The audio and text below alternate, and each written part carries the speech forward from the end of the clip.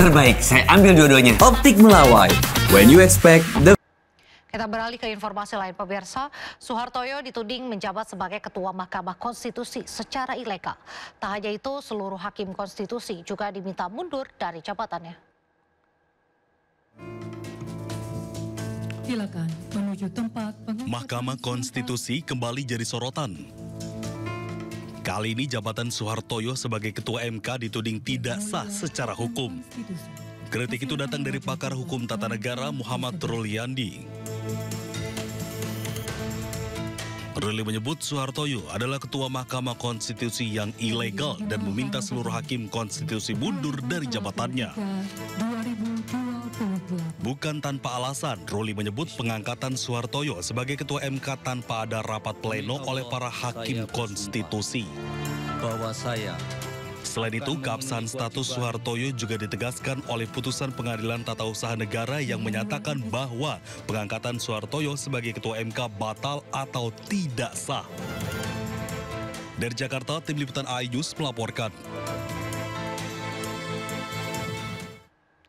Wakil Ketua DPR Cucun Ahmad Syamsurijal menuai polemik terkait pernyataan tidak perlu ahli gizi untuk program makan bergizi gratis. Polemik berawal saat Cucun berbicara di forum konsolidasi SPPG se-Kabupaten Bandung.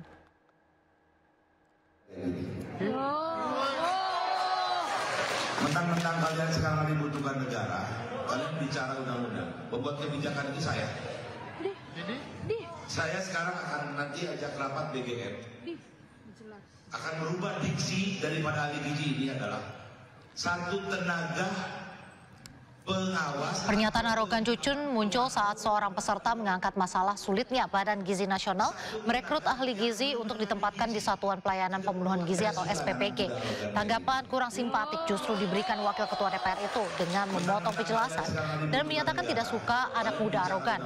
Dan yang paling kontroversial adalah pernyataan akan mengubah diksi ahli gizi menjadi tenaga yang menangani gizi dan menyatakan tidak perlu lagi ahli gizi. Akibat pernyataannya tersebut, Cucun kemudian menyatakan permintaan maaf sambil memberi klarifikasi.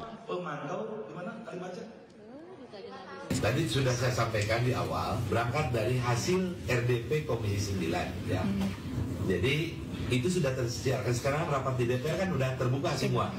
Teman-teman ahli gizi, putra-putri beliau ini sudah tahu bahwa ada kesepakatan minta dicari solusi. Kemudian kemarin dalam rapat disampaikan problematika, ada yang ahli gizi ini sudah di dapur ini, pindah ke dapur ini. Yang ini bisa jalan, tapi ini sekarang jadi macet, ya. Nah, karena belum ada kawin tadi antara Persagi dengan BGN, nggak bisa menindak ahli gizinya. Ini makanya momentum yang bagus, ya. Dan itu hikmah kejadian yang bagus. Polisi menggelar rekonstruksi kasus penculikan dan pembunuhan Kepala Cabang Bank BUMN yang jasadnya dibuang di lahan kosong di Bekasi, Jawa Barat. Seluruh tersangka dihadirkan dalam rekonstruksi ini.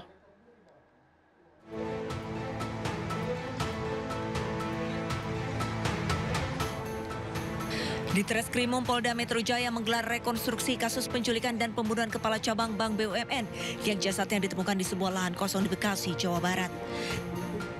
Rekonstruksi dilakukan di pelataran sekitar gedung Ditreskrimum Polda Metro Jaya. Rekonstruksi dihadiri oleh seluruh tersangka, pihak-pihak kejaksaan, keluarga korban, dan LPSK. Dalam rekonstruksi, dua tersangka yang merupakan oknum TNI juga turut dihadirkan. Keduanya menggunakan baju tahanan berwarna kuning karena merupakan tahanan militer. Sedikitnya 57 adegan dari para tersangka telah dilakukan dan 17 tersangka dihadirkan. Terdiri dari 15 warga sipil dan 2 anggota TNI. Dari Jakarta, Tim Liputan iNews melaporkan.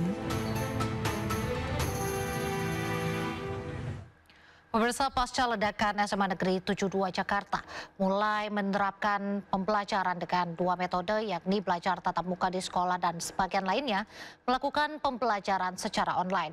Namun yang mengejutkan, terungkap banyak siswa yang trauma dan ingin pindah sekolah.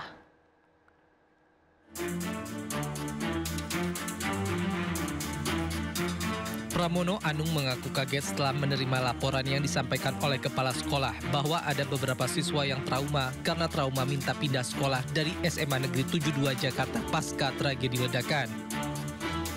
Selanjutnya, Pramono menyerahkan sepenuhnya bagi SMA Negeri 72 untuk memberlakukan kembali kegiatan belajar mengajar. Dan pihak sekolah diharapkan dapat berdialog dengan murid dan guru untuk menentukan waktu dimulainya kegiatan belajar mengajar secara offline. Saya kemarin sudah berkomunikasi secara langsung dengan kepala sekolahnya.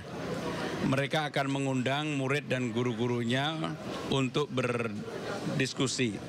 Tetapi prinsipnya saya sampaikan kepada Ibu Kepala Sekolah, kalau memang Senin besok sudah siap, silakan dibuka. Tapi kalau belum siap, jangan dipaksakan. Memang yang saya kaget, Bu Kepala Sekolah juga menyampaikan ada beberapa siswa yang trauma. Nah, karena trauma minta pindah sekolahnya, tetapi kan ini menjadi persoalan tersendiri. Pramono juga berharap kegiatan belajar mengajar secara tatap muka kembali dilakukan untuk meredakan rasa kecemasan kepada seluruh pihak agar tidak memberikan dampak trauma berkepanjangan.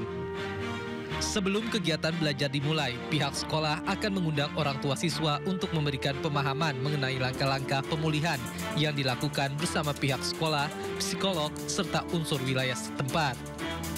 Dari Jakarta, Muharlin dan Tri Julianti, iNews melaporkan.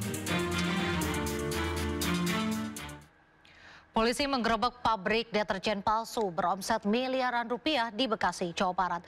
Modus pelaku menjual deterjen palsu dengan harga murah di media sosial.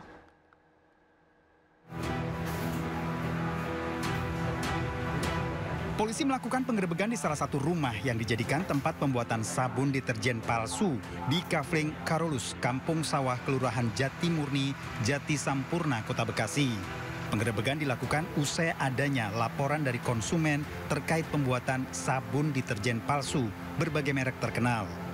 Sejumlah pekerja melakukan pembuatan deterjen palsu dan melakukan pengepakan sabun deterjen ke dalam jerigen dan kemasan dan siap dijual secara online.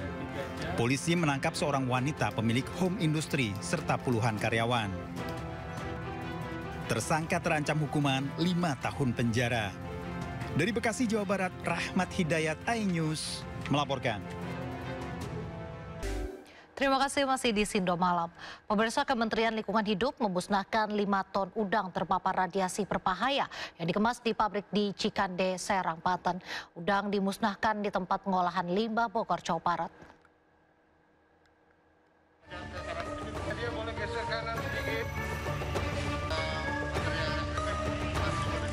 Ratusan dus berisi 5 ton udang yang berasal dari pabrik di Cikande, Serang, Banten dibawa ke tempat pengolahan limbah di Bogor, Jawa Barat. Udang-udang ini dimusnahkan karena terpapar zat radioaktif berbahaya cesium-137. Kementerian Lingkungan Hidup memastikan tidak ada emisi berbahaya yang dilepas ke udara selama proses pemusnahan berlangsung.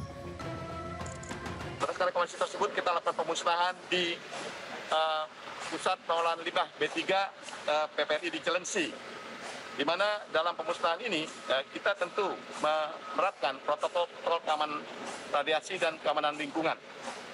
Kita menggunakan dengan menggunakan metode insinerasi, menggunakan vertical stoker, ya. Kemudian juga vertical stoker ini dilengkapi dengan peralatan pengendalian emisi udara, serta juga kami dilengkapi juga dengan peralatan continuous emission monitoring untuk monitoring emisi yang dihasilkan. Pemusnahan udang ini merupakan tindak lanjut temuan FDA Amerika Serikat terkait produk udang asal Indonesia yang terpapar radiasi berbahaya. Selain itu, pemerintah memastikan produk pangan terkontaminasi radioaktif tidak beredar di masyarakat. Dari Bogor, Jawa Barat, Cahyat Supriyatna, iNews melaporkan.